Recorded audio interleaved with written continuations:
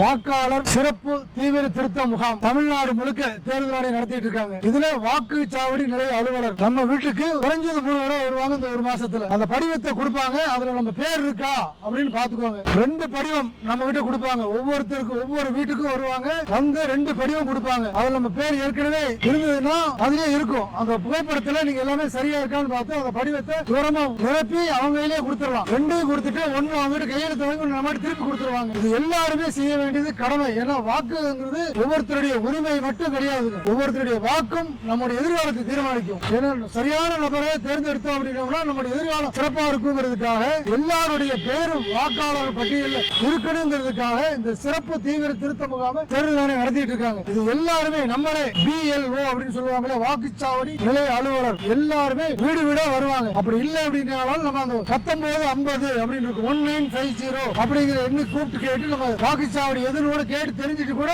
வாக்காளர் பட்டியல்ல அவசியம் நம்ம பேர் இருக்காங்க பேர் இருக்குங்கிறது நம்ம ஒவ்வொருத்தருமே உறுதிப்படுத்தணும். அதுதான் நம்முடைய கடமை, உரிமை, உயிர் நாடினே சொல்லலாம்.